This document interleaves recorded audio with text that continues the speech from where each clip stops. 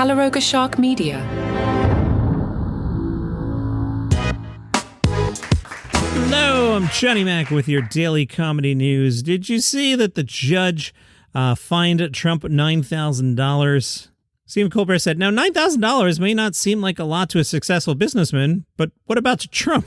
Kimmel says Trump spends $9,000 at the Wendy's drive-thru. Colbert, the judge, lamented that it was the most he could legally fine him, warning if Trump keeps violating the gag order, jail may be a necessary punishment.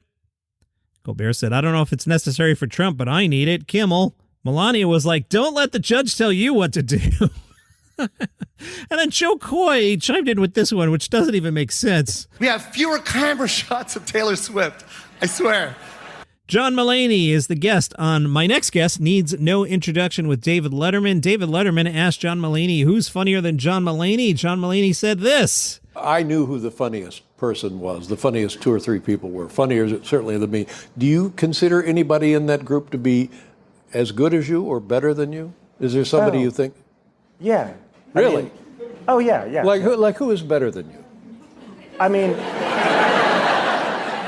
well, first off, you know, when I was a writer, I was writing for Bill Hader and Fred Armisen.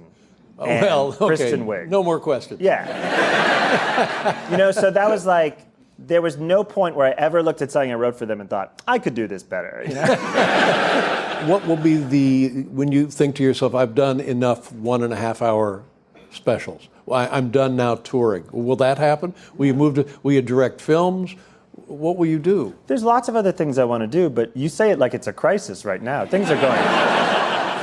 Letterman asked Mulaney if he thought of John Belushi during his recovery. Mulaney said, not actively, but after that big intervention and everything blew up, I was in my room in rehab and I talked to Lorne Michaels on the phone for like an hour one day.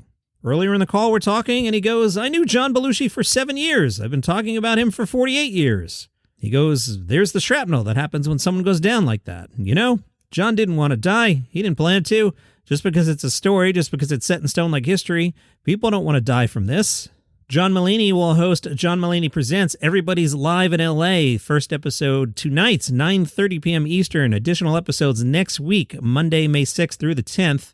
The PR team says there will be more guests as well, but we're tired of listing them. We've given you enough information already. That's hilarious. Some of the guests announced: Weezer, Los Lobos, St. Vincent, Flea, Beck, Bill Hader, Nate Bargatze, David Letterman, Jerry Seinfeld, Jon Stewart, Gabe Iglesias, Mae Martin, Patton Oswalt, Sarah Silverman, Hannah Gadsby, Stavros Halkias, Luanel, Ronnie Chang, Tom Segura, and Elvira.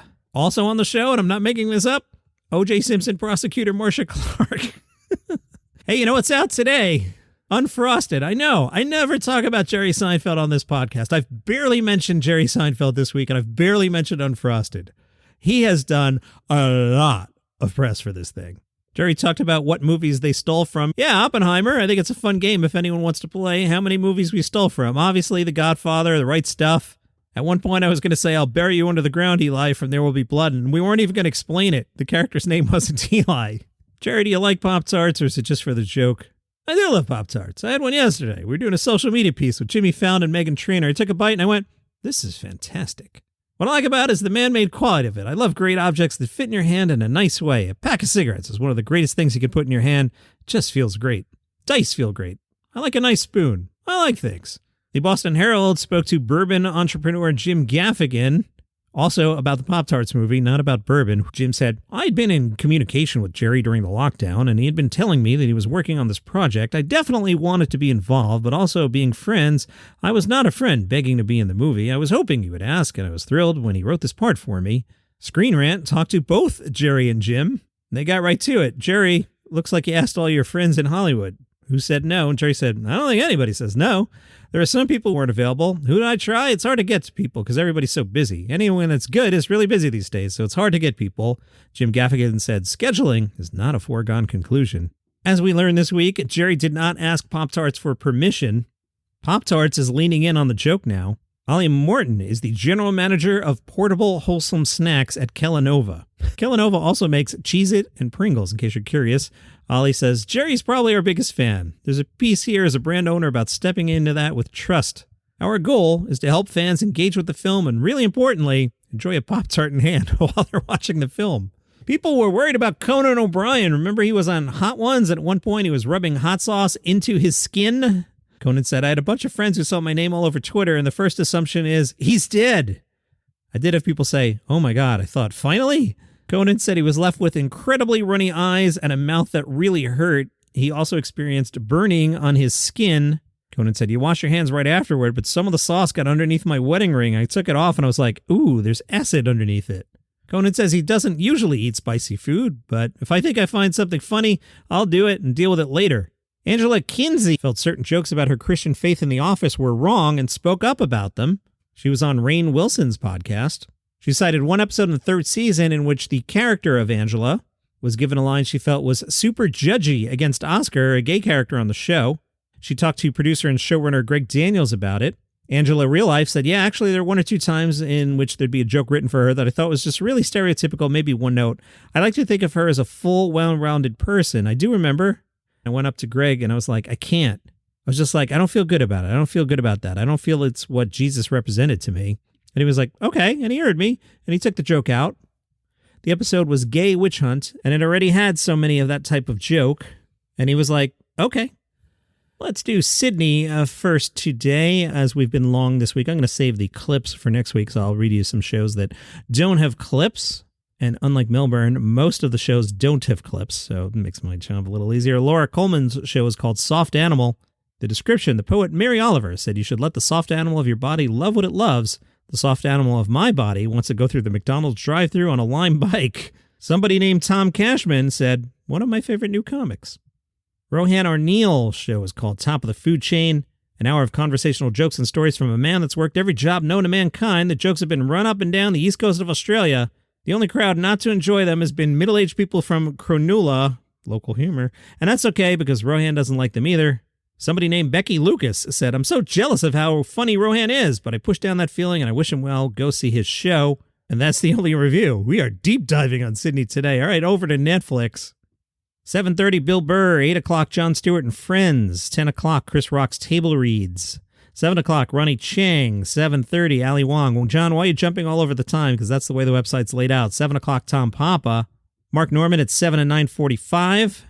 Catherine Cohen at 7. Mo Gilligan, 9:45. Beth Stelling at 7. Dusty Slay at 7. That's where we're going. John Marco at 7. Dulce Sloan, 9:45, and a bunch of things I did not read to you. Okay, we're doing Dusty Slay at 7, and then we need a late show. Kind of don't have any interest in Chris Rock's Table Read. I'm sure it'll be funny, but like sitting there, I don't know. It'll feel like, to me, Hollywood insiders making each other laugh, and that's just, I don't want to do that. Late show, Mark Norman or Mo Gilligan, your choice. Norman is pretty strong. I haven't seen him in a bit. Let's do Dusty Slay and Mark Norman. That's a good night of comedy. The Guardian spoke to Nish Kumar, who said it would be very cool if I were named the next James Bond. Not sure why that was brought up in the article, but it was. A relevant question, who is your comedy hero? Nish said, I grew up idolizing a lot of stand-ups, Chris Rock, Maria Bamford, Bridget Christie. At university, instead of doing my degree, there was a 3-month period where I did an intensive Richard Pryor study through illegal downloading. I got all of his comedy albums, and I would listen to each in chronological order and then build up to live in concert. I would say the intense focus I devoted to Pryor's comedy came really at the expense of my degree. Best heckle. There's no such thing as a good heckle. No hecklers have brought anything useful to a gig. Occasionally, somebody will say something involuntarily and apologize for it, and the thing they say will always be 100 times funnier than anybody who deliberately and consciously heckles. It's one of the greatest myths about comedy that heckling helps us all. Of current audience behavior, he says, things have settled back down recently. I think there was that initial wave of coming back after the pandemic, and people were quite not able to regulate how drunk they were. There was a period where we all needed to readjust to being back out in public. Which makes sense, given we went through a collective trauma. You know, sometimes you think back to, like, remember that? Like, we didn't leave the house for a year? That happened. Daniel Van Kirk's new album, Rose Gold, is out today. Rose Gold is a Midwestern's man's wish that we could all stop finding ways to disagree, start high-fiving strangers again, and party in Wisconsin. Daniel laments about the assumptions we make about his shaved head and bearded appearance, dictates when old people should and shouldn't be treated kindly, and teaches us all how to have a fight while putting some goodness into this world. Oh, and I wanted to tell you about this one. Not really comedy, but it's got a good laugh at the end. All right. So there's been this internet thing where people have been trying to find this song. Have you seen this thing?